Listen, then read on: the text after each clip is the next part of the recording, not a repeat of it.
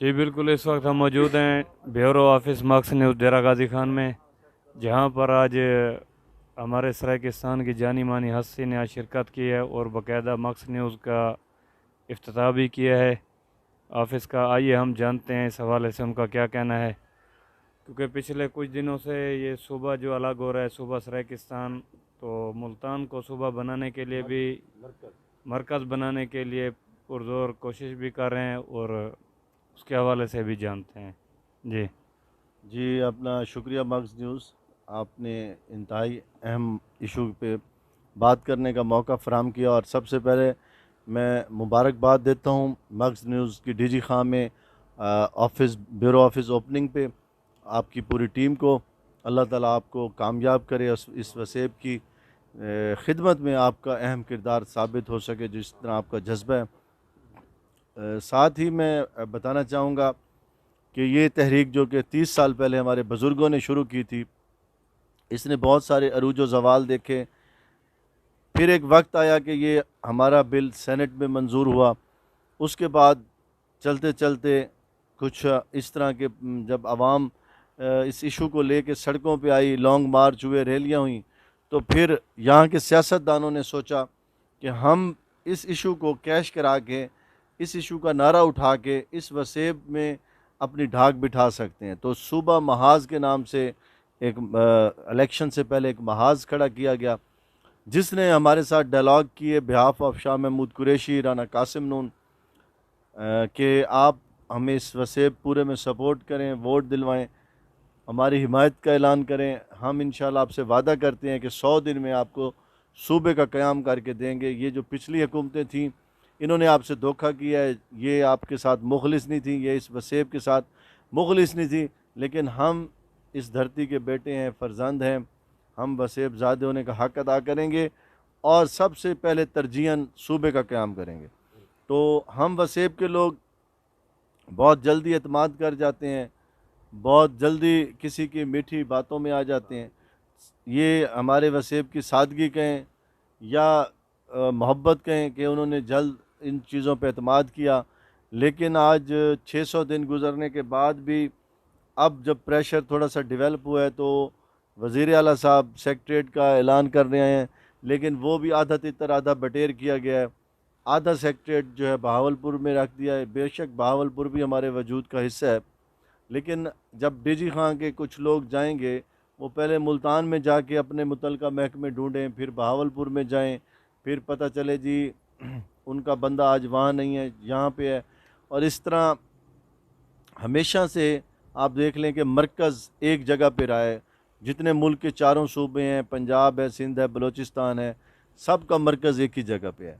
ये नहीं है कि सिंध का हैदराबाद में हो, लाहौर का उकाड़ा में हो। लेकिन ये जब सराइकी वसेब की बारी आती है, तो फिर तमाम चीज़ें उलझाई जाती हैं। फिर नाम का भी कहा जाता है जी सराइकी सूबा नहीं हो सकता, ये लिसानी है। हालांकि तमाम सूबे सकाफ़ती शनाख्त पे और कौमी शनाख्त पे दिए गए हैं, तमाम सूबे। तो इंशाल्लाह हम अपना नाम भी ले लेंगे, लेकिन उससे पहले हम मुकम्मल ख़ुद मुख्तार आइनी सूबा चाहते हैं और उसका दारुल हुकूमत, मुकम्मल दारुल हुकूमत मुल्तान में चाहते हैं इंशाल्लाह। और हमारा ये स्लोगन उस वक्त तक जारी रहेगा जब तक हम मुकम्मल अपने मकासद की तकमील नहीं कर लेते कि जे तक रात अंधारी रासी, जंग सारी जारी रासी इंशाल्लाह। अच्छा सर, ये जो भी गवर्नमेंट आती है वो वादा करती है कि हम ये सूबा बना रहे हैं, लेकिन वो मुकम्मल नहीं करते इस अपने वादे को, उसके हवाले से आपका क्या कहना है? जी जी, ये हुकूमतों का वतीरा रहा है। पहले हमसे पीपल्स पार्टी ने ऐसे वादे किए, जिस पर गिलानी साहब ने कुछ अमल दरामद भी करने की कोशिश की, सेनेट में बिल भी मंजूर हो गया और इस वसेब की आवाम ने, वसेब ज़ादों ने एक आस उम्मीद लगा ली कि सुबह बहुत जल्द बन रहे। लेकिन उनकी भी सिंधी की आदत वो मुखलिस नहीं थी कि ये अगर सूबा सराइकी बनाना पड़ा, बना दिया, तो हमें फिर सिंध को भी अलग सूबा बनाना पड़ेगा, जिसकी डिमांड हो रही थी कि कराची और उनको अलग किया जाए। तो इस खौफ से उन्होंने भी अंदर से हमारे साथ मुखलिसाना रवैया ना अपनाया, जिसकी वजह से पीपल्स पार्टी के दौर में भी ये सूबा, ये तहरीक बहुत करीब जाके मंजिल के फिर पीछे रह गई।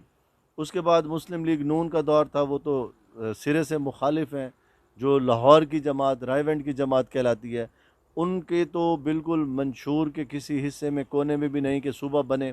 वो पंजाब पे हुकूमत करके पूरे पाकिस्तान पे हुकूमत करना चाहते हैं, और पंजाब की उनको यूनिटी या इकट्ठा होना उनके लिए सियासी तौर पे उनका मफादात के साथ जुड़ा हुआ है। लिहाजा वो कभी भी डिसेंट्रलाइजेशन ऑफ पावर को तस्लीम नहीं करते।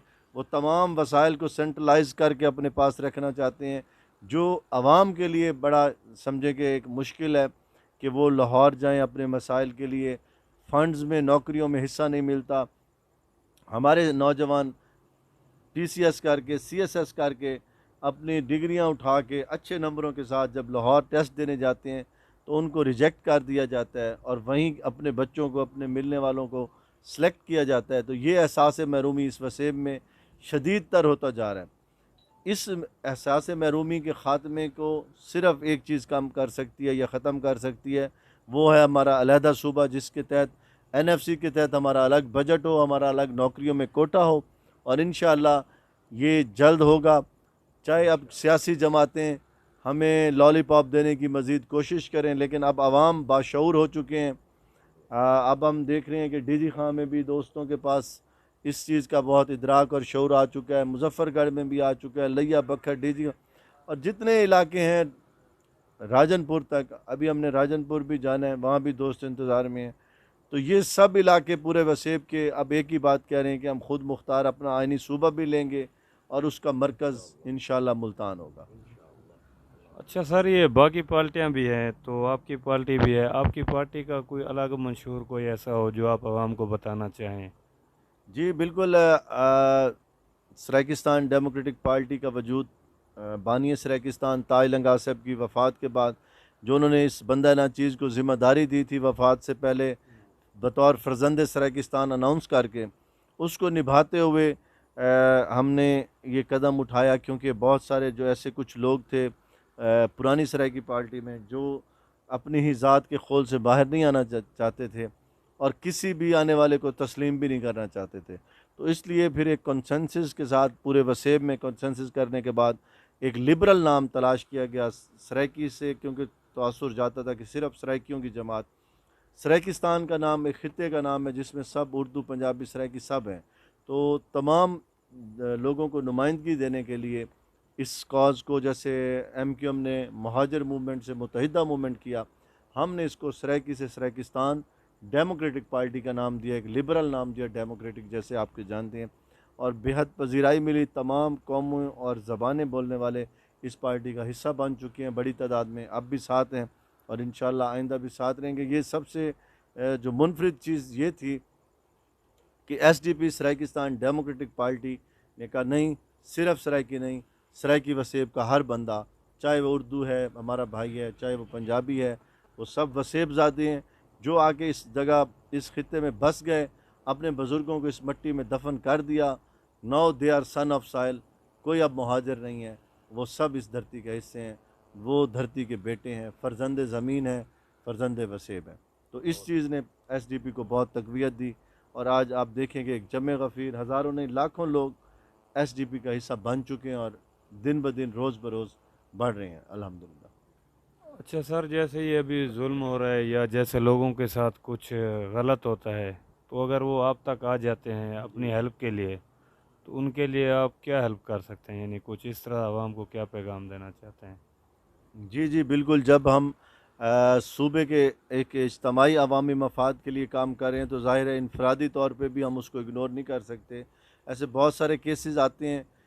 पिछले साल हमारे पास, हम भाई जो हमारे डीजी खां के प्रेसिडेंट हैं, इनको पता है, एक मज़लूम बच्ची ज़रीना का केस आया, जिसके पीछे बहुत सारे बड़े बड़े हाथ थे, और कोई भी उनके साथ उलझने को तैयार नहीं था।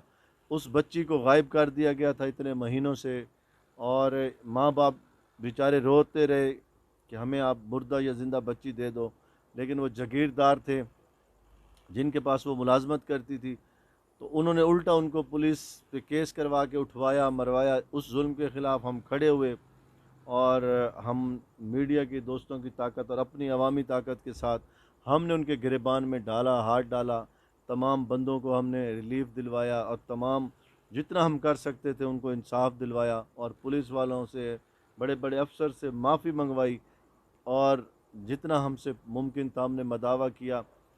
हमें उनसे और कुछ नहीं चाहिए, लेकिन उनकी दुआएं हमारे साथ रहेंगी इंशाल्लाह हमेशा। ऐसे बहुत सारे वाक़यात आते हैं। अभी सैलाब का इशू आया, हमने वहाँ भी कोशिश की अपनी बसात के मुताबिक जो कर सकें किया है।